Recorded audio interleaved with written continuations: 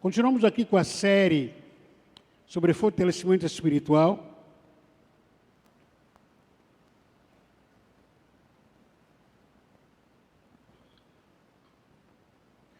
Fortalecimento espiritual.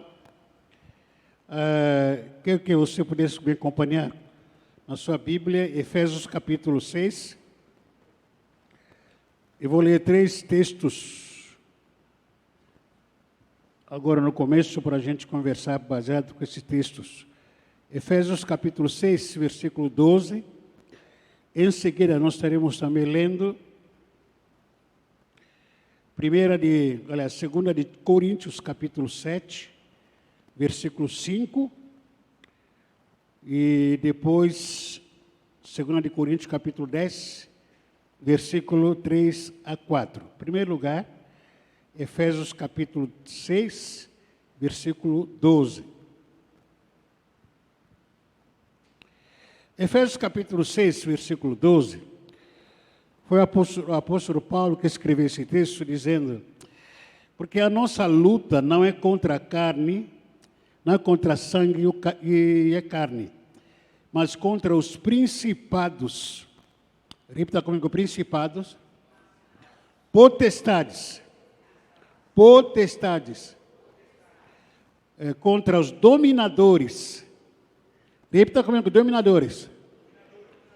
Dominador desse mundo tenebroso, contra as forças espirituais do mal nas regiões celestiais.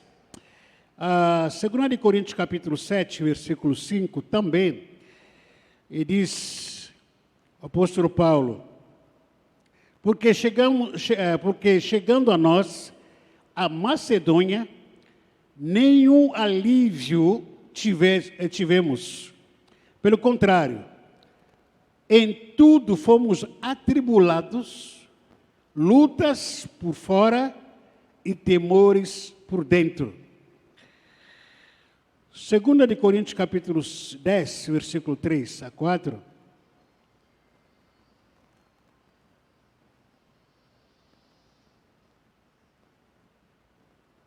Alguém entendendo a ligação do anjo?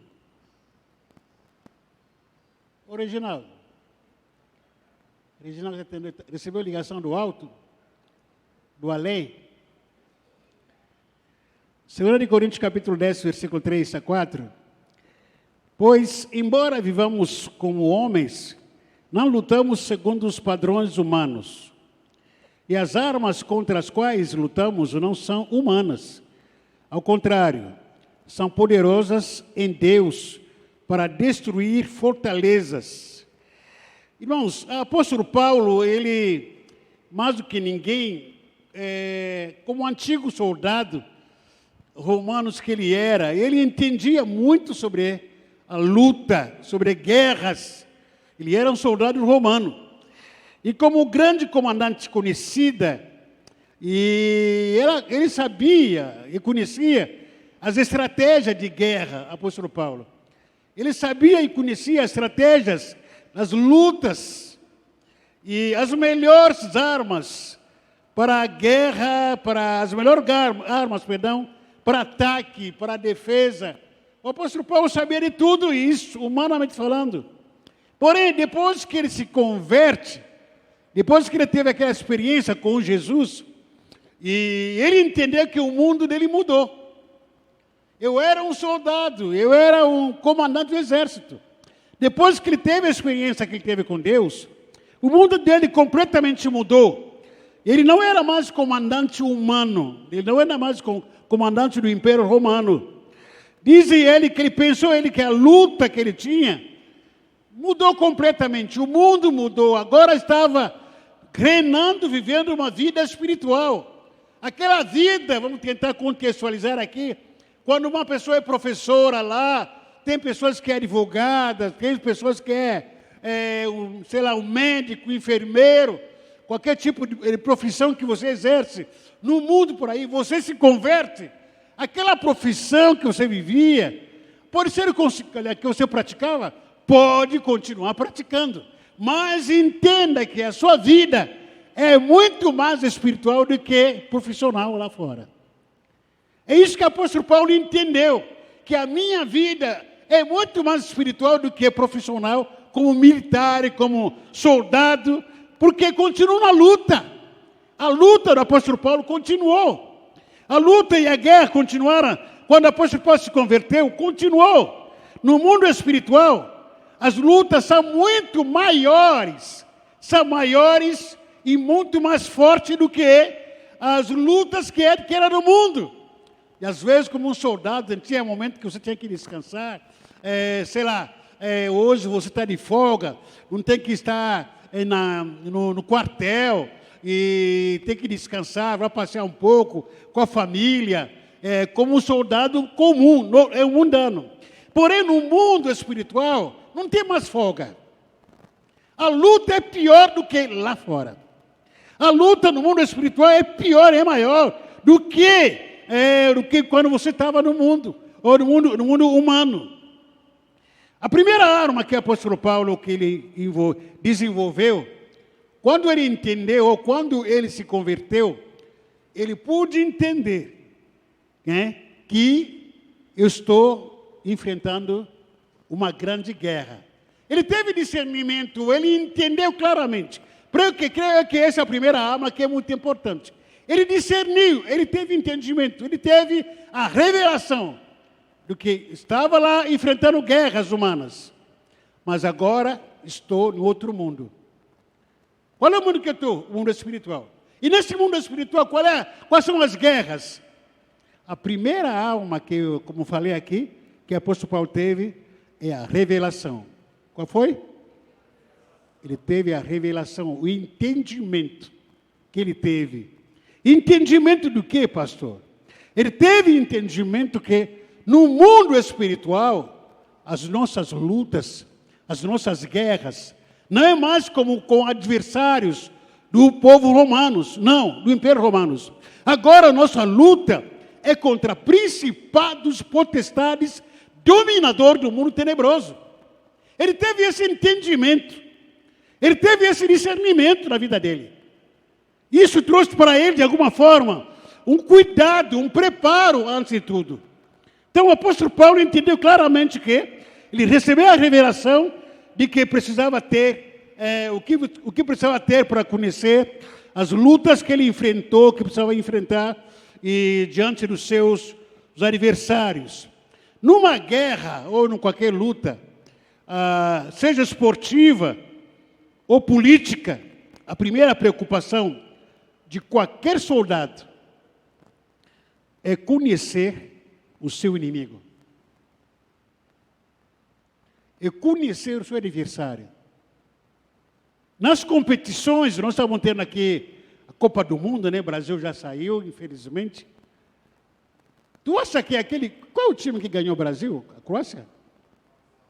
Croácia, né? Tu acha que não estudou o Brasil? Estudou ou não estudou? Estudou o Brasil. Tanto quanto também o Brasil estudou a Croácia. Lá no canto dele, lá no hotel onde ele estava, tiveram um tempo de entrar numa sala, aí colocaram todo jogador do brasileiro, que são melhores, quem trabalha na defesa, quem joga na defesa, quem é o goleiro, quais são as fraquezas do goleiro, quem trabalha na área, na defesa, no meio campo, quem é o ataque, quem é o apoiador, quem joga na esquerda. Estudaram cada jogador do brasileiro. Estudaram o quê? As suas qualidades, seus defeitos. Estudaram. Vice-versa também. Faz parte isso numa guerra. Numa competição faz parte isso. E você tem um adversário, você tem um inimigo. Você conhece ele? Conhece ele? Você não conhece o inimigo. Esse inimigo existe, é real. Só que você não conhece esse inimigo. Sabe por quê? Porque, vou entregar na mão de Deus. A Deus dará. Eu sei. Eu vou repreender, qualquer coisa está amarrado. Qualquer coisa está repreendido. Irmão, repreender, amarrado, não é o suficiente para você ganhar essa batalha. Nós usamos essas frases de efeito, né, evangélica, dizendo que está repreendido, o sangue de tem poder. Isso não é suficiente para você ganhar nessa guerra. Não é. Não é. Você precisa se preparar e muito. Numa guerra contra qualquer adversário, qualquer inimigo, você precisa conhecer quem é o seu adversário. O apóstolo Paulo, ele teve a revelação, ele teve o entendimento. Quem é meu adversário? Quem é? E aí ele descreve aqui que a nossa luta, em primeiro lugar, não é contra a carne nem sangue. O apóstolo Paulo entendeu que não. A luta que eu tenho que enfrentar agora é diferente. A minha luta não é contra a minha família. A minha luta, a sua luta, meu irmão, você entenda isso. Tenha esse discernimento muitas vezes que a gente não tem. A sua luta que você enfrenta na sua casa não é contra o seu marido, fica xingando o seu marido que ele é assim assado, fica xingando a sua esposa que não presta para nada, para isso, para aquilo. A sua luta não é carnal. Depois que você se converteu, fazendo parte do reino de Deus, a sua luta não é contra os seus filhos. Filhos, a sua luta não contra os seus pais. Depois que você se converteu, a sua luta não é contra irmão e irmãs. Não é. Na mesma família. Por que a gente briga tanto na nossa casa? Não tem paz, não tem isso, não tem aquilo. Briga com o irmão, briga com a irmã, tal. E entenda que a luta, depois que se converteu, a sua luta não é mais contra os seus irmãos na mesma família. Não é contra os seus pais. Não é contra o seu sogro, a sua sogra. A sua luta não é mais humana. A sua luta não é contra o pastor, não é contra a ovelha, não é contra o líder, não é contra a sua igreja. A sua luta não é contra o partido político. A sua luta não é contra o presidente X ou o presidente A. Não é mais. A sua luta, a nossa luta, não é contra o colega do trabalho, não é contra o gerente do banco. A sua luta não é contra aquele cara que te fecha no trânsito, não é. É muito mais do que você imagina. Que a sua luta, a nossa luta, é contra o quê? Contra todos os principados. Repita comigo. Principado. Potestades. Dominadores do mundo tenebroso. Você se preocupa com o seu inimigo? Se preocupa com ele? Em conhecer ele? Pelo menos no mínimo dizer, Deus, me revela. Aonde que ele está atuando na minha casa? Aonde que ele tem agido? De que maneira que ele tem agido na minha família? Você se preocupa com isso? Não está nem aí. Não está nem aí. E aí, razão pelo qual você é atingido, você é surpreendido com ataques. Porque, por mais que você não conheça o seu inimigo, mas o diabo te conhece. O inimigo conhece a sua família. O inimigo conhece a sua vida. O inimigo sabe que ele conhece. Ele sabe as suas fraquezas. Em que área que você é muito tentado. Se é língua, se é nervosismo. Se é carência. Se é as finanças. O diabo sabe as suas fraquezas. É justamente nessas fraquezas que ele vai poder te pegar. Porque ele sabe que se eu chegar para o Nivaldo, nessa área aqui, não, essa área aqui, ele vai me assustar. Mas qual é a fraqueza dele? Aí vai trabalhar nessa área de fraqueza do irmão Nivaldo. Ah, e o irmão Nenê? Não, o Nenê, perdão. O diabo vai chamar ele. Nenê, o irmão Nenê, está repreendido, né? E o Nenê? Qual é a fraqueza dele? Eu sei, finança. Eu vou pegar ele na finança. E aí aquela pessoa, qual é a fraqueza dele? Masturbação. Vou pegar ele nessa área. Ah, sexo ilícito. Eu vou pegar ele nessa área. Toda vez que ele abre o computador, cai lá mulher pelada, homem pelado, está lá. Vou pegar ele nessa área. E vou insistir. O diabo te conhece. E agora, você conhece ele? Não, não se importa. Não está se importando em conhecer ele. Para você, qualquer coisa que está amarrado, está repreendido, tá? É? Qualquer coisa aí, você está, o sangue tem poder. Isso não espanta o diabo. Essas frases de efeito evangélico, frases de efeito que a gente costuma dizer, não espanta o inimigo. O inimigo sabe muito bem das minhas qualidades, dos meus defeitos. Sabia disso? Sabia disso? Você não sabe isso, por isso que não se preocupa. Não se preocupa. Porque se soubesse, se preocuparia, mas não se preocupa. Se soubesse, se preocuparia em fechar as brechas. Alguns dias atrás, eu falei com a irmã Alexandre, pedreiro aqui. Irmã Alexandre, se fizer o sol, o tempo estiver bom, sobe lá no telhado. Por que, pastor? Olha aqui, procura fechar todas as brechas. Tem aqui algumas calhas aqui na frente aqui. Procura limpar aquelas calhas. Vê se algumas telhas estão soltas ou não. Porque estava me precavendo. Agora em janeiro, dezembro e janeiro, como todo mundo sabe, vem aquela chuvaiada. E forte demais. Já tivemos uma experiência muito ridícula, né? Que não sei se foi que ano que foi isso. Nós estávamos preparados. E vindo da minha casa para cá, para o culto, quando chego aqui, era até dia de ceia, se me falar a memória. Não sei se quando se lembra. Era dia de ceia. Os irmãos estavam fora do templo aqui, preocupados aqui, tudo isso aqui ficou aberto aqui. Tudo ficou aberto. Por quê? Porque nós fomos surpreendidos. Não estávamos preparados para isso. Não estávamos preparados.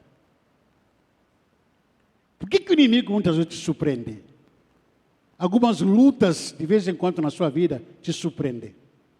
Porque você está dormindo. Você está dormindo. Por que de vez em quando o inimigo te surpreende? Enquanto você está cansado, enquanto está dizendo que não, está amarrado, está para cá, está lá, enquanto está se divertindo por aí, o inimigo não se diverte, não. Enquanto você está dizendo que não, o inimigo deve estar, sei lá, de férias, ele nunca está de férias contigo.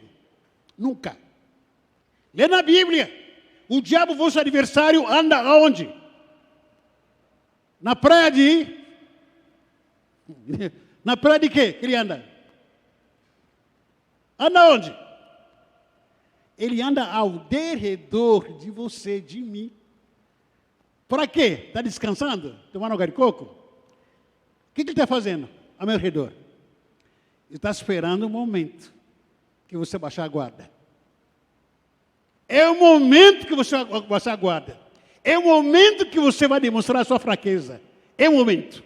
Ele vai vir com tudo, como a ventaninha veio com tudo aqui, tirou toda a telhada aqui. Você será surpreendido. Ah, o que houve com a minha família? Já era. Já levou um golpe, já era. Porque você não vigia. Porque você não está atento. Porque você não está interessado em entender que a luta que você enfrenta na sua casa, na nossa família, é muito mais espiritual do que humana. É muito mais espiritual. Porque nós mudamos do mundo carnal para espiritual. Aquela história de um guerreiro do exército comum, aqui como exército aquele brasileiro. Ele foi no meio dos índios. Ele levou metralhador. Chegou lá, ó, vem aqui para ajudar vocês, para guerrear. E os índios falaram para ele que não, a gente não usa essa arma aqui. Não, essa arma aqui tem muito poder, tem muito efeito. Olha aqui, se você usar essa arma, vai espantar animais, vai espantar bicho, vai espantar pássaro. A gente não gosta de usar essa arma de vocês brancos. Não, eu vou usar essa arma aqui porque não falha. É que a gente usa aqui o quê? Flecha. O quê? Flecha. Não espanta ninguém. A pessoa pode estar distante aonde for. Se eu mirar nela, eu vou acertar. Aqueles soldados se achavam craque e tal, não, já tinha experiência, queria usar metralhador. Dito e feito. Quando ele começou a usar metralhador, os pássaros, o bicho começou a fugir, até o inimigo fugiu. Escutou o barulho. Fugiu. Falaram para ele que você usou arma errada. Usou arma aqui? Errada. Estamos usando arma errada contra o inimigo. A igreja está usando uma arma errada contra o inimigo, que tem que usar uma arma silenciosa, que mata na hora. O quê? A oração, a palavra, a santidade, o arrependimento. O arrependimento é como colocar veneno na boca do diabo. Quando a pessoa se arrepende. E a gente está usando arma errada, querendo espantar o inimigo com a vassoura. Sai, inimigo. O inimigo que nós enfrentamos, não vamos espantar ele ou ganhar ele com as armas humanas, não é. Porque a nossa luta não é contra o carne e sangue, mas é contra principado, potestade, contra os dominadores desse mundo tenebroso, contra as forças espirituais do mal nas regiões celestiais. O apóstolo Paulo aqui está declarando que uma hierarquia demoníaca no mundo espiritual. O apóstolo Paulo entendeu literalmente o mundo que ele estava enfrentando, que a guerra que ele tinha enfrentado, que havia uma grande hierarquia. Essa hierarquia é séria. Qual é essa hierarquia? Primeiro, existem anjos malignos que comandam, que são como principado. Essa palavra já falei várias vezes sobre isso, ensinei isso aqui na aula de batalha espiritual, aqui na igreja. Perdão. Essa palavra principal é uma palavra composta de príncipe e ado, ou ados. Uma palavra composta. Príncipe tem muito a ver com o governador, o presidente da república. Tem uma referência quando Daniel estava orando, e um anjo lhe apareceu e disse para ele que, Daniel, no dia que você começou a orar, a sua oração foi ouvida, mas, porém, o príncipe da Pérsia impediu. Então, existe esse príncipe.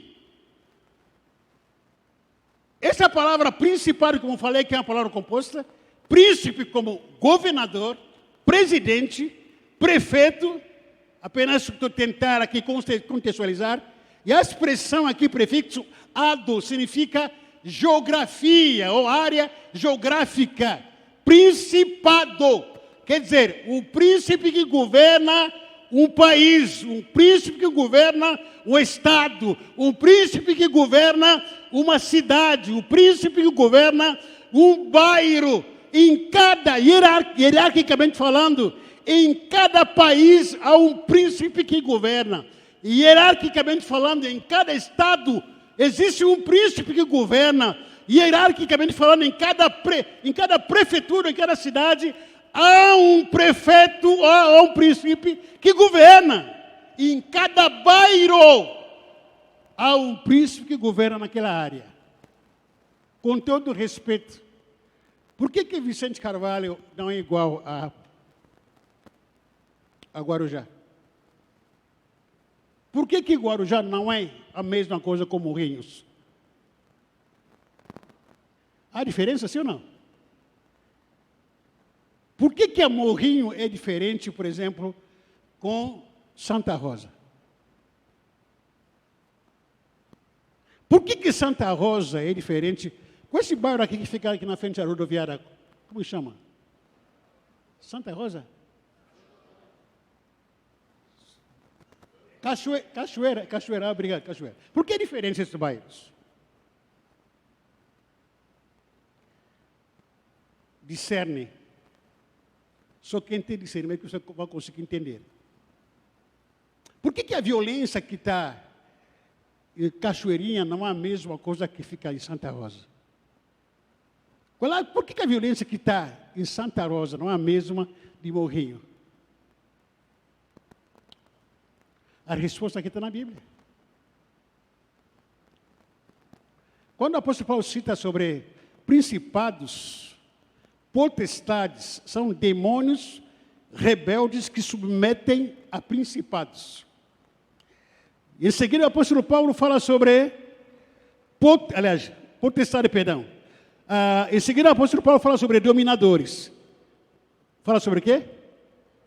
Dominadores. Em cada área, em cada bairro, em cada cidade, em cada quarteirão, em cada rua, há demônios que dominam aquela área. Em alguns bairros, há prostituição que domina. Outro bairro, há abortos. Outra área, violência que domina mais. Só que no mundo material, o mundo humano fica pensando, por causa da falta de emprego, falta de segurança, falta de policiamento, falta de posto de saúde, Não. No mundo espiritual, tudo, aliás, o mundo humano pode ser estudado dessa forma. Mas no mundo espiritual, é completamente diferente. Razão pela qual, às vezes, nós perdemos esse contexto. Quando nós entramos aqui nesse lugar, tínhamos que fazer mapeamento espiritual. O que é mapeamento espiritual? Caminhamos, andamos aqui, pelo discernimento do Espírito Santo, pedimos, o Espírito Santo nos revela. O que domina aqui? Mostra-nos. Lembra-me que a gente estava fazendo marcha aqui, quando a gente entrou aqui, recém-entrado aqui, alugamos aqui, a gente fazia marcha aqui. De orar, de repreender, de pisar aqui. Lembro até hoje, uma mulher que quase queria se matar, nos seguiu, estava armado, mas queria suicidar. Ele não ameaçou a nós, ela queria se matar. Nos seguiu até aqui na porta. Quando chegamos aqui na porta, ela falou, eu vim aqui porque queria me matar, estou seguindo vocês. Ora por mim. Quando a gente orou por ela, aqui, se manifestou. Se manifestou. Você precisa fazer mapeamento da sua rua. Ontem, que dia que foi? Quarta. Eu não sei de onde que eu vim ontem. Não, eu fui na casa da Thaís. Na casa da Thaís, queria lavar o carro. Falei que deixa eu aproveitar o sol aqui para passar aqui a lavar o carro. Passar aqui primeiro na igreja. Na volta, aí comecei a falar.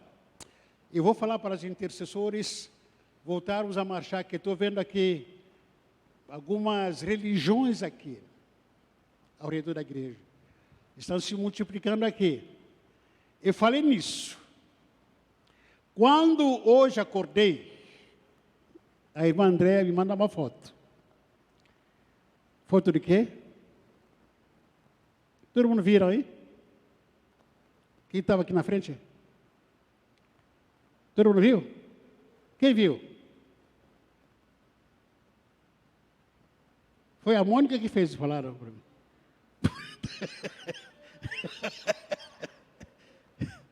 Brincadeira. André mandou foto. Um saco de macumba fizeram na minha frente aqui, na frente da gente. Isso é afronta. Eu não me surpreendo, nem me surpreenderia se um dia encontrar o meu nome no centro de macumba aqui. Isso não me preocupa. Maior é Deus na minha vida. Isso não faz que eu tire a minha noite de sono por causa disso. Andrei mandou essa foto aqui, pastor, olha o que fizeram aqui. Eu falei, graças a Deus, porque a gente está incomodando. No dia que a gente parar e incomodar o diabo, que nem que eu brinquei aqui com o irmão Nenê, imagina um dia que a gente se tornar amigo do diabo. Fechar as contas. Esse é o nosso papel, incomodar. Não incomodar, humanamente falando, agredir ninguém. Mas é porque estão trazendo aqui O que estão dizendo aqui? Vai fechar a igreja? Sei lá qual é a intenção daqui. Vamos fechar a igreja aí e tal. Vamos pegar o neném, vamos pegar o Zé Carlos. Vamos pegar o Sr. Jorge. Quero que ele fique ali na porta, o Sr. Jorge. Como o Sr. Jorge fica aqui na porta aqui. E vamos fazer aqui um altar aqui para pegar ele. Palhaçada, né? Não tem medo dessas coisas. Confesso para vocês. Porque eu sei quem tem crido.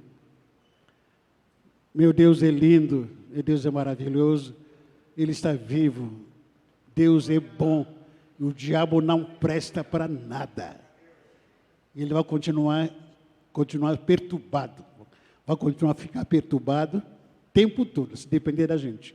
Vamos continuar fazendo marcha, Deus tem colocado algumas estratégias no meu coração, talvez no ano que vem, a gente vai fazer algumas coisas que vão ser loucas aqui no bairro, mas eu vou fazer.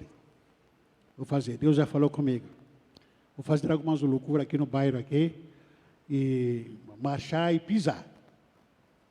Vamos sair aqui fora das 4 paredes, nessa igreja. A igreja precisa estar mais fora mais fora do templo do que dentro do templo. Isso vai acontecer. Então o apóstolo Paulo, ele fala sobre alguns principados, potestades, que são anjos malignos subordinados aos principados e dominadores, são anjos malignos que controlam e dominam as pessoas, dominam as famílias. Aqueles anjos malignos que dominam muitas vezes algumas situações ou algumas circunstâncias. Você não entende por que está acontecendo, porque a pessoa é tão maldosa, mas ela é dominada. Ela não entende isso. Por que a pessoa é tão viciada? Não sai dessa, ela é dominada, é controlada. Por que o casamento, a fulana e tal, sempre é assim? Porque é dominada. Quem está dominando e controlando esse casamento? É o diabo. Porém, quando a gente olha como ser humano, a gente fica falando, eu acho que é briga, é briguento, a mulher é briguenta, o marido é safado, não sei o quê. Não é, a luta não é contra carne e sangue, é espiritual. Já que é espiritual, vamos usar as armas espirituais. Amém? Porque nós não podemos ganhar a luta espiritual com as armas humanas. Não dá. Não podemos ganhar a luta espiritual com as opiniões, com palpites, com desculpas. Não vamos ganhar. Não vamos ganhar essa luta espiritual. É só mesmo de joelho. Vou falar sobre isso aqui daqui a pouco. O segundo nível da luta que enfrentamos, que o apóstolo Paulo descreve aqui, no texto que nós lemos, de 2 Coríntios, capítulo 7, o segundo nível de lutas que enfrentamos, ele diz o seguinte: porque, chegando a nossa Macedônia, nenhum alívio tivemos. Pelo contrário, em tudo fomos atribulados. Lutas por fora e temores por dentro. Existem lutas que não nos deixam tranquilo. Não deixa descansar. Essa foi a minha confissão nesses últimos dias. E falei, meu Deus do céu, não aguento. O que tinha acontecido? Até fica olhando para algumas coisas acontecendo com a gente. Parece que quando eu cheguei na sede, na última ADM que nós tivemos, o pastor Neto foi falando sobre a situação que ele enfrentou, financeiramente falando, bloquearam a conta dele de uma hora para outra, e não sabia o que fazer, tal. E só começou a orar. E também, não é justamente isso que aconteceu comigo, mas aconteceu também comigo, uma coisa assim, paralelo. E eu queria viajar no retiro da família, queria ir de carro, né? E eu planejei com a pastora e tal, e última semana do retiro, estava com a minha carta, ou melhor, com o documento do carro, preso, que não poderia viajar. E onde que estava o Alexandre? Aquela questão. Na despachante, né, o Xodó. Mas ele estava falando, parece que uma dívida ativa. Isso, dívida ativa. E falei que, meu Deus, o que é isso? Dívida ativa? Nunca tive uma coisa dessas. Quanto que é? Esqueceram de pagar IPVA 2021 e 2022. 10 pau.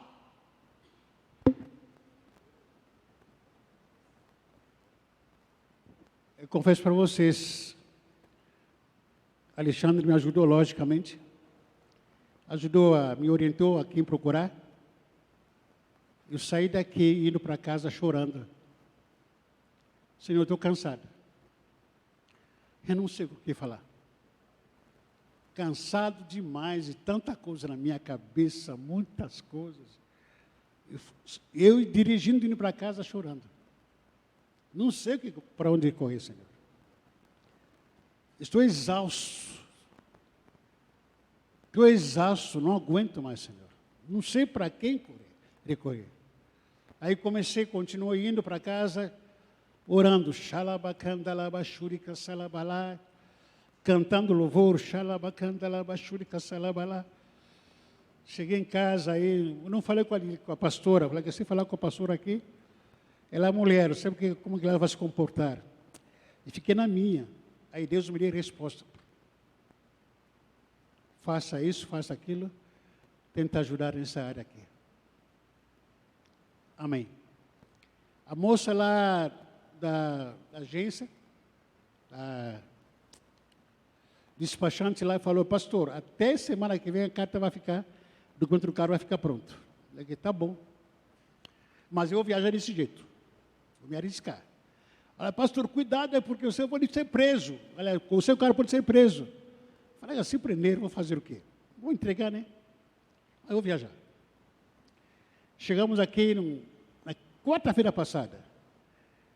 Pronto para viajar, cheguei aqui na prefeitura. Um caminhão bateu no nosso carro. A prioridade era minha, era nossa. Fazer aquela curva na prefeitura para pegar a Piaçaguera. Um caminhão veio com tudo. Pá! Quando foi olhar aqui, atrás, toda a lataria, despencado, e desci. No começo, assustei, levei um susto naquilo, mas depois foi me acalmando, falei, chamei o motorista, falei para o motorista, calma, Deus está contigo, Deus está no controle, Deus tem um propósito para nos segurar nessa viagem.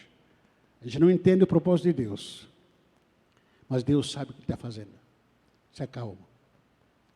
Acalmei o motorista, o caminhoneiro, saímos de lá, falei que eu tinha que fazer BO. Chamei o policial, até liguei para o Marcos que estava dormindo, estava vendendo um picolé, eu acho. Liguei para o Marcos, liguei para Fábio, liguei para alguns policiais aí. Aí um policial, amigo que a gente conhece também, veio, socorrer a gente e falou, aqui, pastor, vamos ter que fazer BO lá, aquele posto policial que fica lá em Piaçaguera. Fomos lá. Chegamos lá, o sistema estava fora do ar. Liguei para a seguradora. Falei que, vocês quiserem arrumar o carro, tem que ir lá, tem uma oficina lá no Guarujá, arrumar o carro. Esperamos até... Voltamos para o Guarujá, é luta. É luta. Lembra, vocês estão entendendo quando a gente estava naquele restaurante lá? Né, Rafael? Todo mundo foi servido.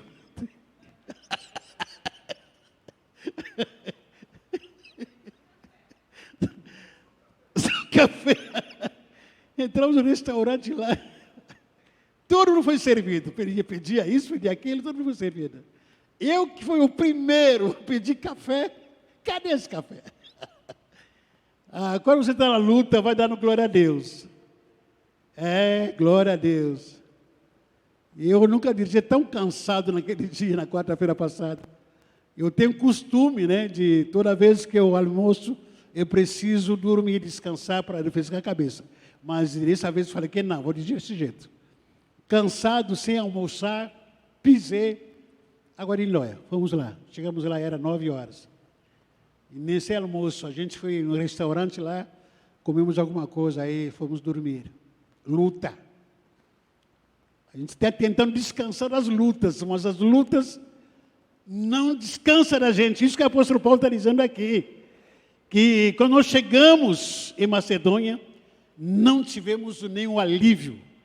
Há momentos que as lutas não te deixam aliviado. Não quer deixar você descansar. É pancada atrás da outra. É a pancada atrás da outra. É pancada atrás da outra. Mas com tudo isso, Deus está no controle também. Quando nós estávamos no hotel aqui, recebemos a notícia. Oh, vocês não vão pagar hotel, não. Tudo é gratuito para vocês. Hã? Esse Deus é lindo demais. Glória a Deus. Então, o apóstolo Paulo está dizendo aqui, ó, nós passamos por situações, tribulações por fora e lutas ou temor por dentro. Existem provações que a gente passa. Tratamento de Deus para nossos filhos, ou para seus filhos. Deus usando as dificuldades, as circunstâncias para te ensinar a depender dEle.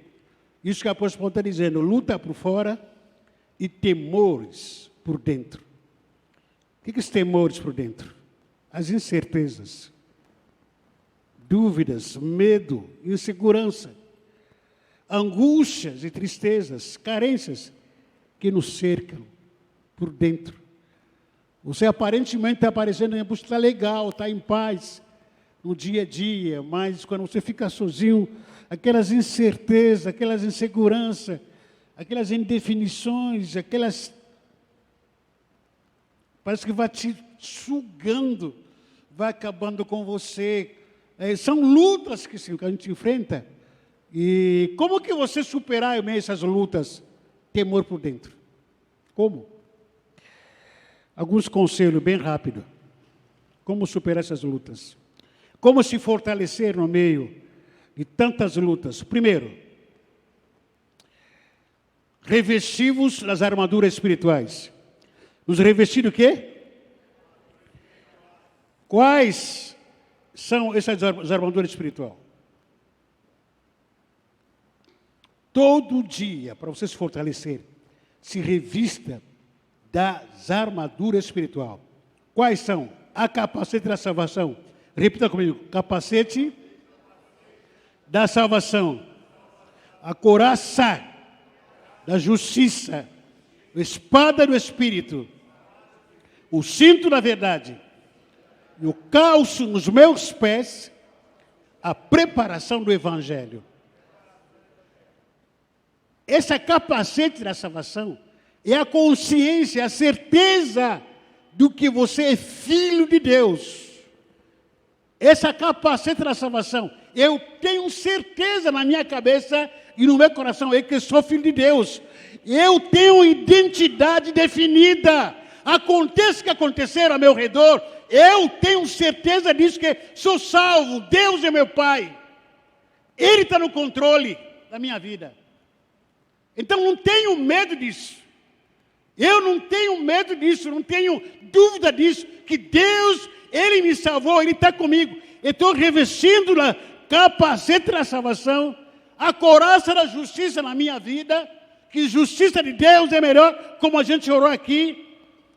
A espada do Espírito, na qual eu posso apagar todas mentiras, dúvidas que o diabo levanta contra a minha vida. Todas as acusações eu apago pela palavra de Deus, em nome de Jesus Cristo. Por mais que o diabo diz que você não presta, você é isso, está acontecendo assim com a sua família, com a sua saúde, com a sua vida. Mas eu respondo pela palavra de Deus, porque essa aqui é a espada do Espírito.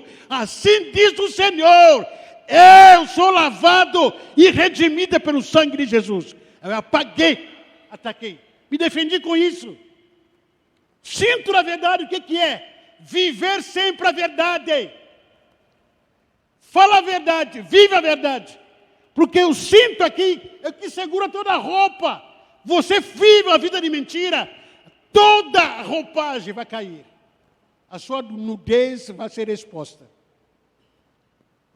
Você pode se revestir com toda vestimenta espiritual. Mas se você falar e viver uma vida de mentira, o cinto cai. a sua nudez será exposta. Imagina você nu, diante do inimigo. Imagina. Você vestir o seu quê? Sandália de paz. Para onde você for, declara a paz do Senhor seja nesse lugar. Aonde você estiver, declara a paz do Senhor. A paz, você é agente da paz, agente da glória de Deus. Para onde você estiver. Porque você se revestiu de toda a armadura espiritual. E o segundo lugar, para se fortalecer espiritualmente. Versículo 18, capítulo 6, de Efésios. O que diz o apóstolo Paulo? Versículo 18. Versículo 18. Capítulo 6.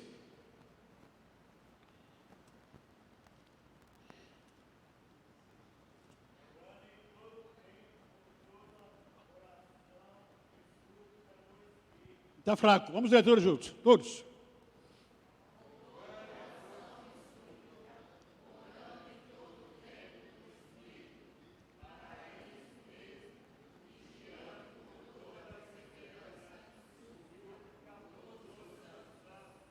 Irmãos, preste atenção, estou te oferecendo aqui, te ensinando ferramenta para você se fortalecer espiritualmente falando.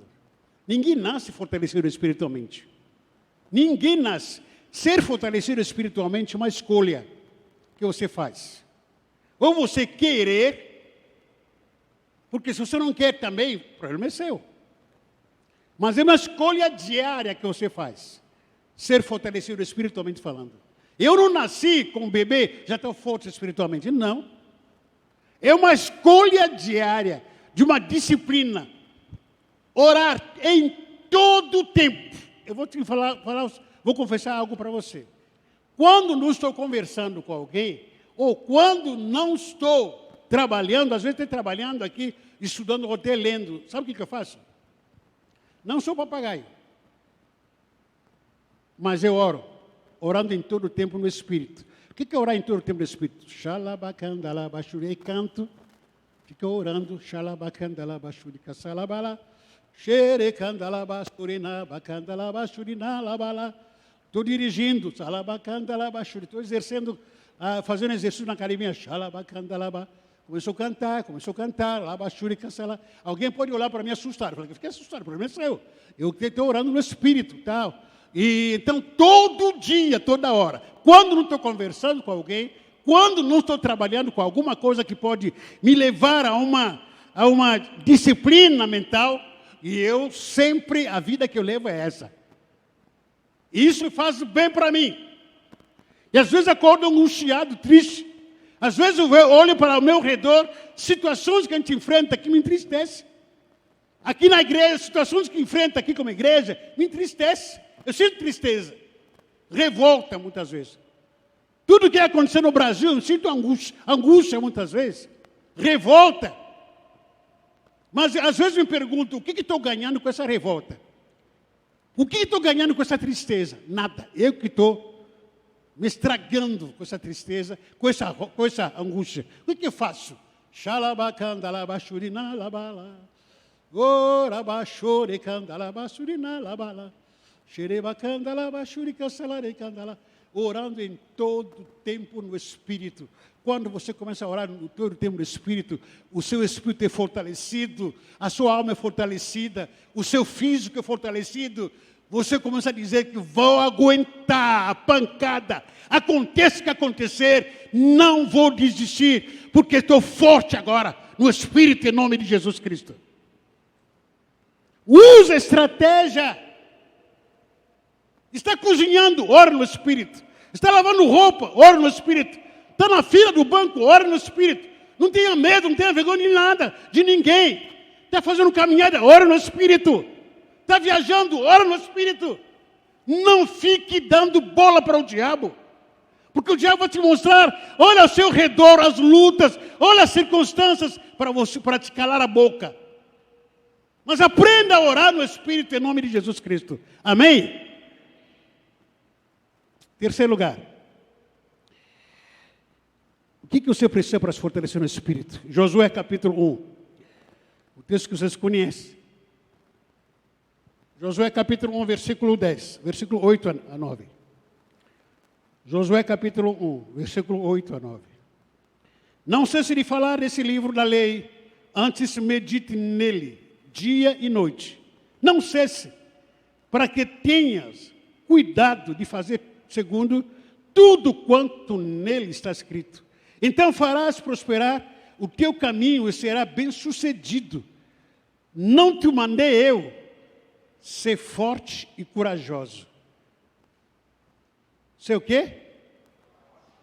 Não temas, nem te espante, porque o Senhor teu Deus é contigo por onde quer que andares. Fala para o seu irmão, irmão, seja forte, seja corajoso. Não temas, não temas, não te espante, porque o Senhor teu Deus está contigo, em nome de Jesus. Medita a palavra do Senhor, leia a Bíblia. Não há segredo. A questão de ser fortalecido, como falei aqui, ou não, é uma escolha diária que você faz. Ah, não quer ler a Bíblia, fica sentado no sofá, fica aí. Ah, não quero vir para a igreja, porque vou ficar passeando, fazer outras coisas. Vai, fica, faz o que você quer. Faça. Não quero ouvir a palavra de Deus. Faça, escolha diária que você faz. Mas não reclame quando você for surpreendido. Não reclame. Escolha diária, disciplina.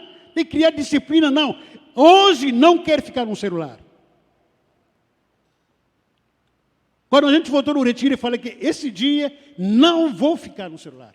Eu quero ler mais, celular depois.